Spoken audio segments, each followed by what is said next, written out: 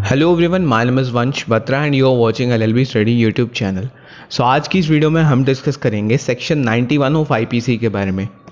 Section 91 क्या कहता है, इसकी डायरेक्ट लैंग्वेज पर जाने से पहले हम इस सेक्शन को जनरली डिस्कस कर लेते हैं, इसका कॉन्सेप्ट समझ लेते हैं कि क्या कहना चाहता है ये सेक्शन।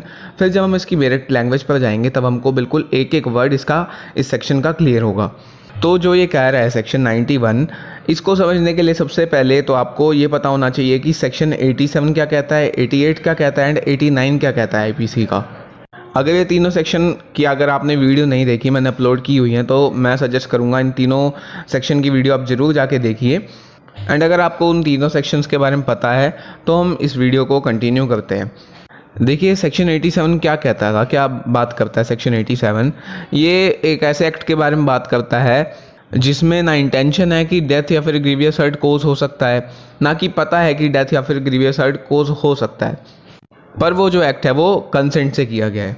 वहीं जो सेक्शन 88 है वो क्या किस बारे में बात करता है, ये बात करता है एक ऐसे एक्ट के बारे में जो कि इस इंटेंशन से नहीं किया गया कि वो डेथ कोज करे एंड वो किया गया कंसेंट से सामने वाले पर्सन के बेनिफिट के लिए। वहीं सेक्शन 89 किस बारे में बात करता है, ये कहता है कि एक ऐसे एक्ट के बारे में जो कि गुड फेथ में किया गया, अच्छी नीयत से किया गया है, सामने जो चाइल्ड है फिर इंसेन पर्सन उसके बेनिफिट के लिए किया गया है एंड उस चाइल्ड है फिर इंसेन पर्सन की गार्डियन जो है उसकी कंसेंट ली गई है। तो ये तीनों सेक्शन थे हमारे 87, 88 और 89। तीनों में ही तीन चीज़ मेन जो है कॉमन है। क्या? फर्स्ट ये कि तीनों में ही जो है कंसेंट ऑब्टेन की जा रही है। 87 और 88 में उस पर्सन की, 89 में वो गार्डियन देता है कंसेंट। सेकंड कॉमन चीज़ क्या है इसमें, तीनों में ही हार्म पहुंच रहा है सामने वाले पर्सन को।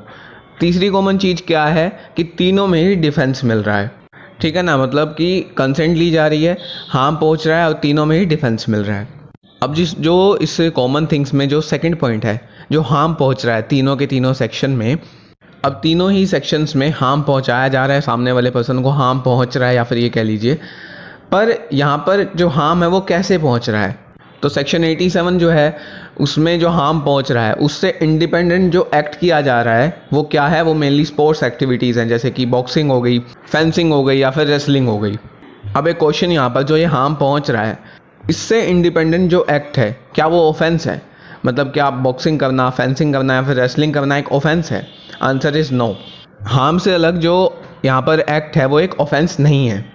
तो यहाँ पर सेक्शन 87 में डिफेंस मिलता है क्योंकि वो जो एक्ट है हार्म से इंडिपेंडेंट वो ऑफेंस नहीं है। वहीं हम 88 और 89 का एक एग्जांपल देखें तो सामने वाले पर्सन के बेनिफिट के लिए किया जा रहा है कोई भी एक्ट एंड उस एक्ट में हार्म कोज हो रहा है, सामने वाले की कंसेंट भी ली जा रही है। मतलब किसी एक पर्सन का सामने ए का स्टोन का ऑपरेशन हो रहा है, उस स्टोन के ऑपरेशन में उसको हार्म कोज हो रहा है वहाँ पर यहाँ पर भी जो हार्म से अलग जो एक्ट किया जा रहा है क्या वो एक ऑफेंस है? मतलब किडनी का, मतलब स्टोन का जो ऑपरेशन करना वो क्या एक ऑफेंस है? Answer is no. यहाँ भी आंसर नो है, यहाँ भी तभी डिफेंस दिया जा रहा है। पर एक बात यहाँ पर, जो ये हार्म है इससे इंडिपेंडेंट, इससे अलग जो एक्ट किया जा रहा है अगर वो ऑफेंस है तो वहाँ पर सेक्शन 87, 88 और 89 का डिफेंस नहीं मिलेगा। और यही बात करता है सेक्शन 91। तो क्या कह रहा है सेक्शन 91? ये बात करता है exclusion of acts which are offences independently of harm cause के बारे में। ये सेक्शन कहता है कि जो एक्सेप्शन है सेक्शन 87, 88 और 89 में, जो एक्सेप्शन दिया गया, जो डिफेंस मिलता है वो वहाँ एक्सटेंड नहीं करेगा, वो उन एक्ट्स पे एक्सटेंड नहीं करेगा जो एक्ट्स हार्म से अलग खुद ऑफेंसेस हैं। अब वो एक्ट हैं खुद ऑफेंसेस हैं, अब वो कोई हार्म पहुंचा सकते हो विच दे में कोज, या फिर इंटेंशन हो कोज करने की, या फिर पता हो कि इन एक्ट से हार्म कोज हो सकता है उस पर्सन को जिसने कंसेंट दी है या फिर जिसके बिहाफ पे कंसेंट दी गई है। इसका इलस्ट्रेशन देखते हैं, बिल्कुल अच्छे से क्लियर हो जाएगा ये सेक्शन। ये क्या कहता है, अगर मिसकैरेज कर रहे हैं, मतलब causing miscarriage is an offence unless it is done in good faith for the purpose of saving life of the woman. मतलब मिसकैरेज करना, जो सिंपल वर्ड में हम मेडिकल टर्मिनेशन ऑफ प्रेगनेंसी या फिर अबॉर्शन जिसको बोलते हैं, जो सेक्शन 312 से लेकर 318 तक आईपीसी में डिफाइंड है। तो मिसकैरेज करना या फिर अबॉर्शन करना एक ऑफेंस होता है अनलेस वो इसलिए किया गया हो कि सामने वाले वुमन की जान बचाने के लिए किया हो, तब वो ऑफेंस नहीं होगा। पर इससे अलग कोई पर्पज़ है तब वो ऑफेंस होता है। अब मिसकैरेज करना हार्म से अलग, इंडिपेंडेंट ऑफ एनी हार्म, मतलब हार्म से अलग खुद एक ऑफेंस होता है।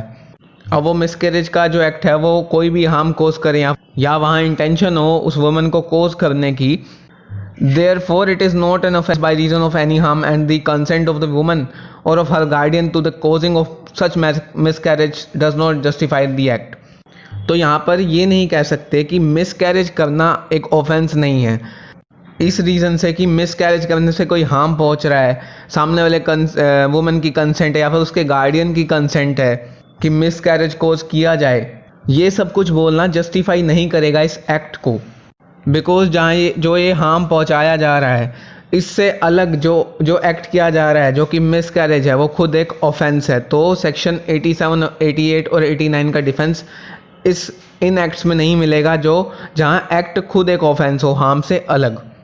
सो यही है हमारा सेक्शन 91। होप्स आपको वीडियो अच्छी लगी होगी।